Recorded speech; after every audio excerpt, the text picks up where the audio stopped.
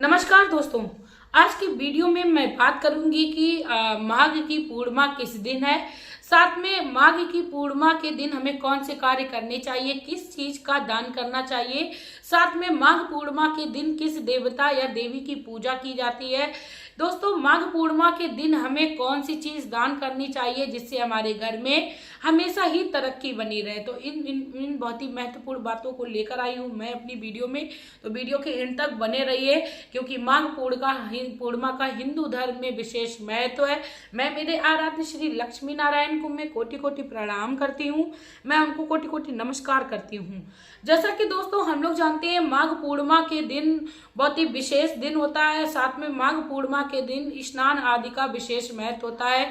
जिस तरीके से लोग कार्तिक माह में स्नान करते हैं, ठीक उसी प्रकार माघ माह में भी लोग पूरे महीने स्नान करते हैं। जैसे पूस की पूर्णिमा के दिन से स्नान करना शुरू करते हैं, पूरे एक महीने तक माघ की पूर्णिमा तक स्नान करते हैं। सुबह सूर्योदय से पहले यानी ब्रह्म मुहूर्त में इसको माघ का स्नान बोला जाता है। यदि कोई डेली ना करके यदि माघ पूर्णिमा के दिन गंगा में स्नान कर लेता है, साथ में ओम गंगे गंगे नमः का जाप कर लेता है, तो उससे उसको पूर्ण महीने के स्नान के फल की प्राप्ति हो जाती है। गंगा स्नान माघ के महीने में बहुत ही महत्वपूर्ण बताया गया है, या माघ की पूर्णिमा के दिन गंगा स्नान का विशेष महत्व है। दोस्तों, कहते हैं कि माघ पूर्णिमा के दिन हमें कौन सी चीज दान में करनी चाहिए। जो सबसे महत्वपूर्ण चीज है वो तिल, क्योंकि माघ माह में तिल का विशेष महत्व बताया जाता है। चाहे तो हम तिल किसी को दान कर सकते हैं। तिल यदि हम लोग माघ पूर्णिमा के दिन किसी को दान में करते हैं तो हमारे जन्मों के पाप कट जाते हैं, साथ में हमारे घर में बड़ी से बड़ी बीमारी जो है वो भी खत्म होने लगती है। दोस्तों, माघ पूर्णिमा के दिन हम लोग तिल के साथ और भी कई सारी वस्तुओं का दान कर सकते हैं। जैसे आप वस्त्रों का दान, आप चाहें तो आप कोई भी चीज का दान कर सकते हो। आप जिसमें भी सामर्थ्यवान हो उस चीज का आप दान करिए। पूजा पाठ से रिलेटेड कोई भी चीज आप दान कर सकते हो। चावल, दालें इत्यादि का आप दान माघ पूर्णिमा के दिन कर सकते हो। दोस्तों, माघ पूर्णिमा के दिन आप किसी को नमक का पैकेट भी दान में कर सकते हो। लेकिन दोस्तों, नमक का पैकेट दान करते समय हमें विशेष बातों को ध्यान में रखना चाहिए। जब भी हम किसी को नमक का दान करें तो अपने घर में प्रयोग होने वाला नमक कभी किसी को भी दान में ना दें। स्पेशल हम बाहर से पैकेट लेके आए और इसको अपने घर में बिल्कुल भी खोले ना, भूलकर उसको वैसे ही उठाकर किसी को दान में दे दें, क्योंकि नमक के दान से भी माता लक्ष्मी प्रसन्न होती है। माता लक्ष्मी हमें खुश होकर धन धान्य संपत्ति को देती हैं। दोस्तों ये तो थी दान की बात कि हमें तिल का दान करना चाहिए, नमक का दान करना चाहिए, वस्त्र इत्यादि का दान पूर्णिमा के दिन बहुत ही महत्वपूर्ण होता है, करना चाहिए। इसके साथ ही दोस्तों अब बात करते हैं कि महिलाएं किस दिन बाल धुलें, क्योंकि माघ पूर्णिमा के दिन श्री सत्यनारायण की कथा का विशेष महत्व है। सत्यनारायण भगवान की पूजा की जाती है इस दिन, यानी भगवान विष्णु की पूजा की जाती है। जैसा कि कई सारी मेरी बहनों का ये प्रश्न होता है कि पूर्णिमा के दिन कौन से भगवान की पूजा की जाती है, तो पूर्णिमा के दिन, माघ पूर्णिमा के दिन भगवान विष्णु की पूजा की जाती है। हिंदू धर्म में माघ पूर्णिमा के दिन सत्यनारायण की कथा सुनना मात्र व्यक्ति के जीवन में विशेष फल देता है। यदि आपके घर के आसपास कहीं भी सत्यनारायण जी की कथा हो रही है, उसको आप सुन ले, उससे ही आपके आधे से ज्यादा संकट जो है वो खत्म हो जाते हैं।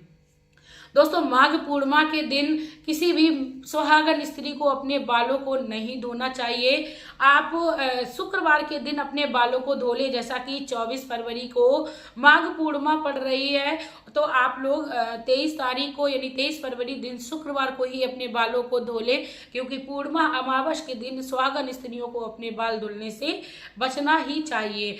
इसके साथ ही दोस्तों आप लोगों को मैं बता दूं, माघ पूर्णिमा के दिन कुछ विशेष कार्य होते हैं जो प्रत्येक महिला को अपने घर में अवश्य करने चाहिए।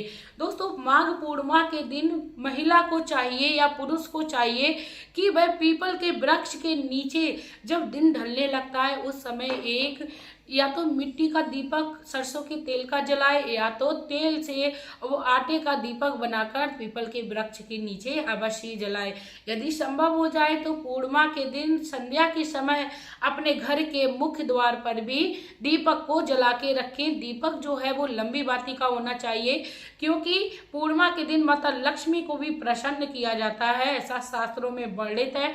माता लक्ष्मी जिस भी घर में पूर्णिमा के दिन प्रवेश करती हैं उस घर में श्री हरि की कृपा प्राप्त हो जाती है। दोस्तों, यदि आप लोगों को और कोई भी जानकारी चाहिए हो तो आप लोग कमेंट बॉक्स में आकर मुझसे पूछ सकते हो।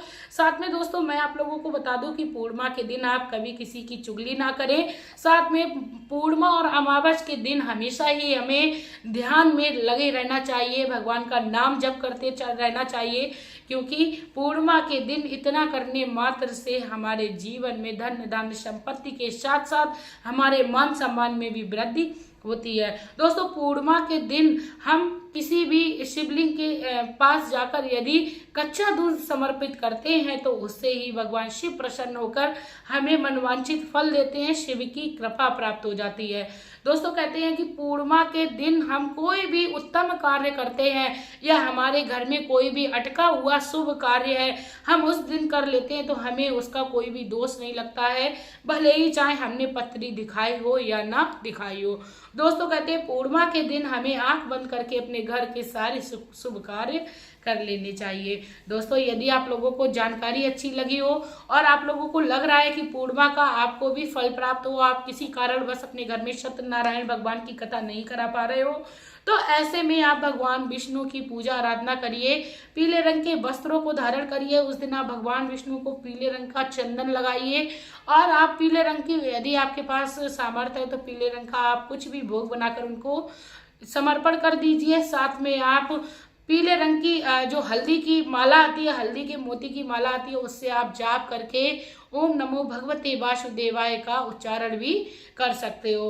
दोस्तों, ओम नमो भगवते वासुदेवाय का नाम मात्र हमारे जीवन को धन धान्य संपत्ति से परिपूर्ण करने वाला है। दोस्तों, ओम नमो भगवते वासुदेवाय जिस भी घर में जाप होता है उस घर के सारे दोषों से जो मुक्ति होती है वह व्यक्ति को मिल जाती है, दोषों से मुक्ति मिलती है। साथ में यूं कह सकते हैं कि श्री हरि की कृपा प्राप्त हो जाती है।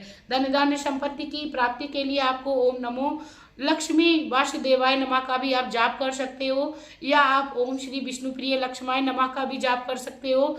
आप कोई सी भी एक माला उठा लीजिए और आप कोई एक मंत्र उठाइए और उसकी पूरी माला का आप उस एक मंत्र से जाप कर दीजिए। दोस्तों, यदि वीडियो अच्छी लगी हो तो प्लीज़ आप लोग शेयर कर दीजिए, क्योंकि माघ पूर्णिमा का कोई भी विशेष टाइम नहीं रह गया, तो आप लोग वीडियो को शेयर करके अपने जीवन में लाभार्थ पाइए। क्योंकि कहते हैं किसी भी जानकारी को जब हम लोगों तक पहुंचाते हैं तो हमारा ज्ञान बढ़ता है, और जब हमारा ज्ञान बढ़ता है तो हमारा जो ऐश्वर्य है वो लोगों तक पहुंचता है। इसी के साथ दोस्तों, आप शुभ कर्मों को करते रहिए। पूर्णिमा के दिन आप कोई भी एक संकल्प ले लीजिए, अपने जीवन में आप इस कार्य को करेंगे। और आप यदि प्रतिदिन नहीं कोई शुभ कार्य कर पा रहे हो, दान इत्यादि, तो आप महीने में करना शुरू करिए या साल भर में करिए। आप सिर्फ और सिर्फ संकल्प लेके अपने जीवन को आगे बढ़ाइए, आपके जीवन में सुख फल प्राप्त होगा। इसी के साथ दोस्तों लेना चाहूंगी विदा। आपका प्यार और कीमती समय देने के लिए धन्यवाद।